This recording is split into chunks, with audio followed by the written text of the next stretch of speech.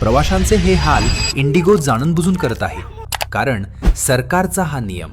या प्रकरणाची सुरुवात होते 2024 मध्ये, जेव्हा गव्हर्नमेंटकडे पायलट असोसिएशनच्या अनेक रिक्वेस्ट जातात, ज्यात ते गव्हर्नमेंटला सांगतात की त्यांना योग्य आराम मिळत नाहीये.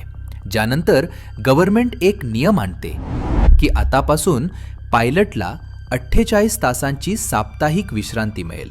पहिले ही फक्त 36 तास होती. नवीन नियमानुसार आता पायलट फक्त 2 नाईट लँडिंग्स करू शकतील. पहिले त्यांना 6 नाईट लँडिंग्स करावी लागायची आणि आठवड्यात त्यांना आता फक्त 2 दिवसच नाईट ड्युटी करावी लागेल.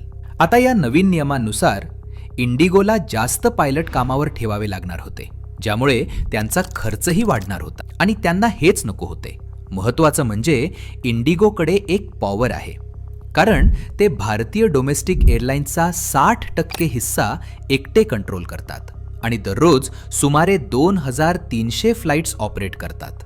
म्हणजे जर इंडिगोनं आपली फ्लाईट सेवा थांबवली तर गोंधळ उडणार होता आणि त्यांनी तसेच केले.